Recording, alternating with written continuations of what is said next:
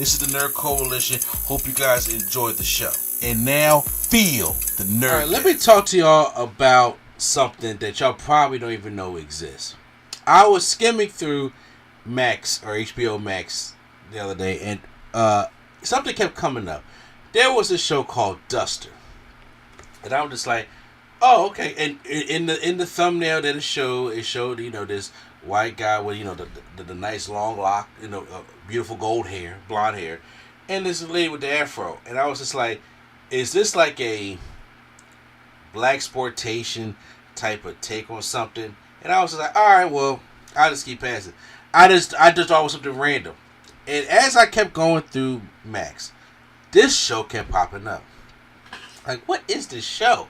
And I was like, is it like a buddy cop, blaxploitation, Dukes of Hazzard type thing? Like, what's happening with this show, right? I kept on going by it. So then finally, I see somebody online say, why are they canceling Duster after one season? It came out that Warner Brothers was canceling Duster after one season, and it had gotten very positive reviews. And usually with a show that gets positive reviews and a good Rotten Tomatoes score, good critic score, I should say, usually them shows get more work, get more seasons, get more content. And I'm like, okay.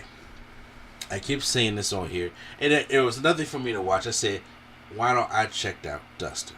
So I popped it on, and I have to tell you this.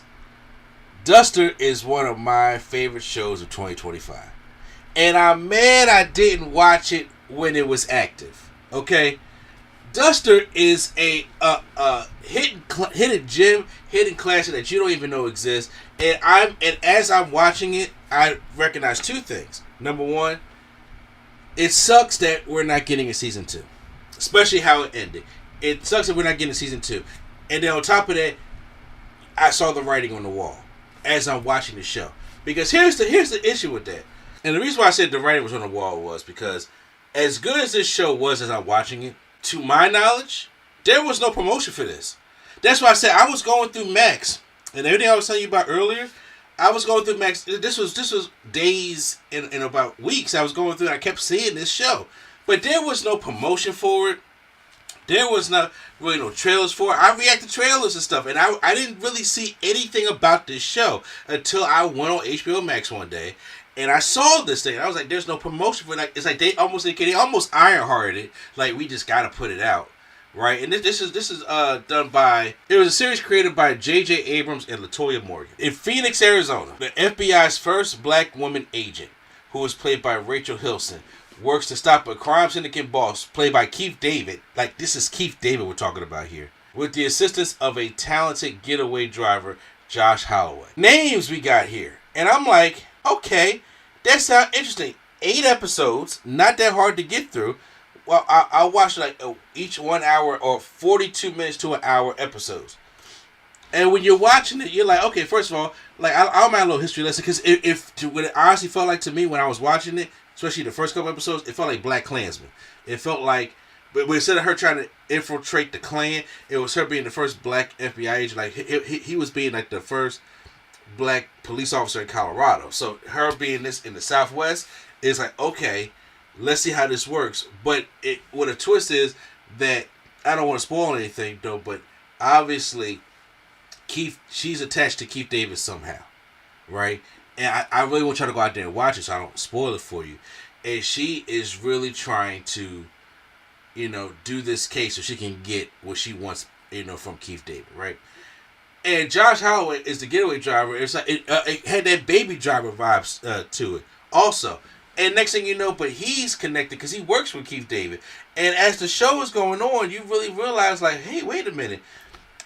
This is leading to this, and this is leading to this, and this is that leading to that. And I'm like, wait a minute, so what's really going on here? So I started getting myself really invested into the show of what's happening. And then once you realize the story that's going on, you're like, oh, wait a minute. Now I'm into it. And I will say this, the first 4 episodes could be a little bit of slow burn because what they're doing is they're building the foundation. And once again, I love exposition. I love storytelling. I love when you build things up so that when things get turned over, when the rocks get turned over later on, and you get to the resolution, then I think it's great. A lot of people may not like that. I know that my son and my wife sometimes, not all the time, before she curses me out, that sometimes some need to get started to get into it. Then we can get to the story. But if they like start out with the story and it's nothing that's hooking you into it, then it's going to be kind of a little bit of a hard watch to be like that. Once we get to episode 5, 6, 7, and 8.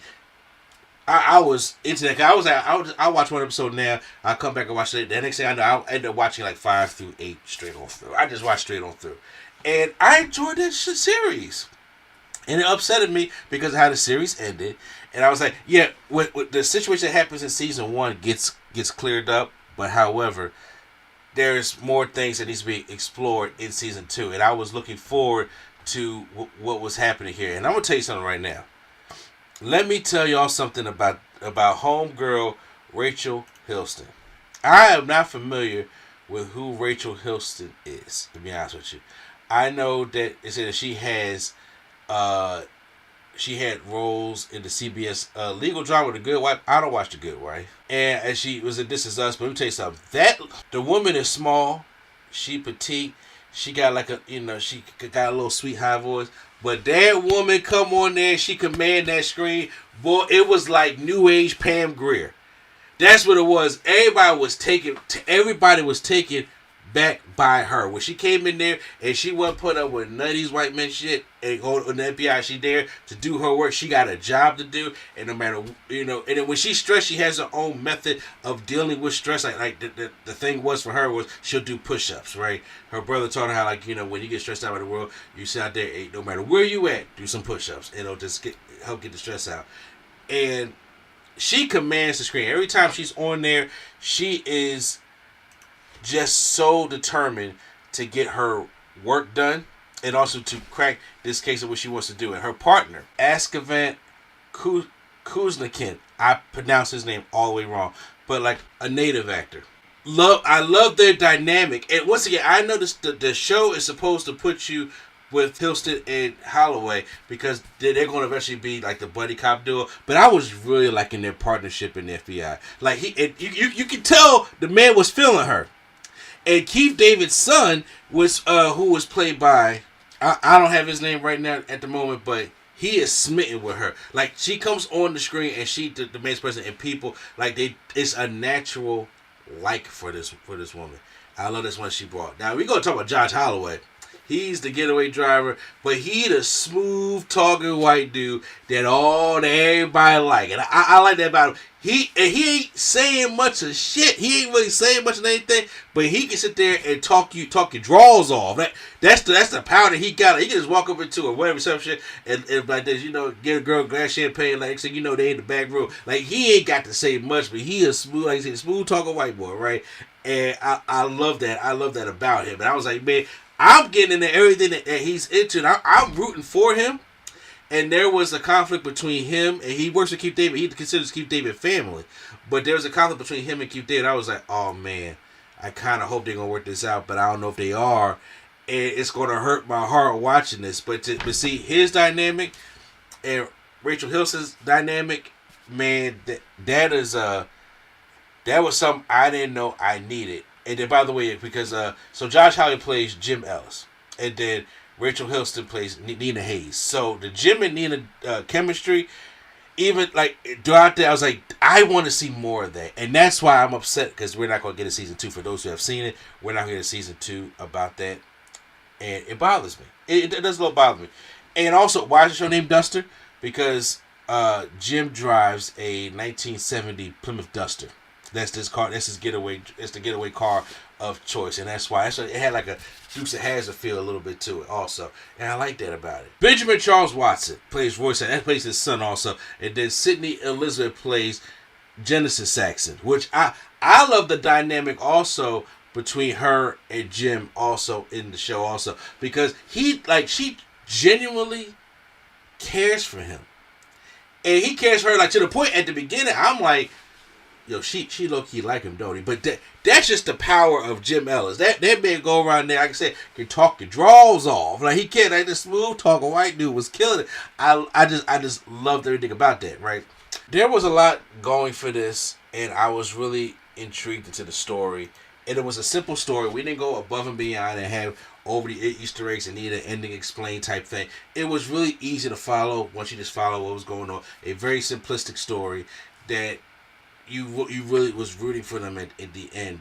But it just sucks that we're not going to have no season 2 after that. The way they laid everything out, and it's one of the things like we're not going to get release the Snyder cut with this. We're not going to get anybody fighting for this and trying to get a new thing. And my son brought up a good point saying that maybe because it was a Max original series and they went back to HBO Max. So I don't know if they're trying to cut out all the Max stuff. But once again, the writing was on the wall about what was going to be with this series because of the promotion that it got, which was virtually nothing.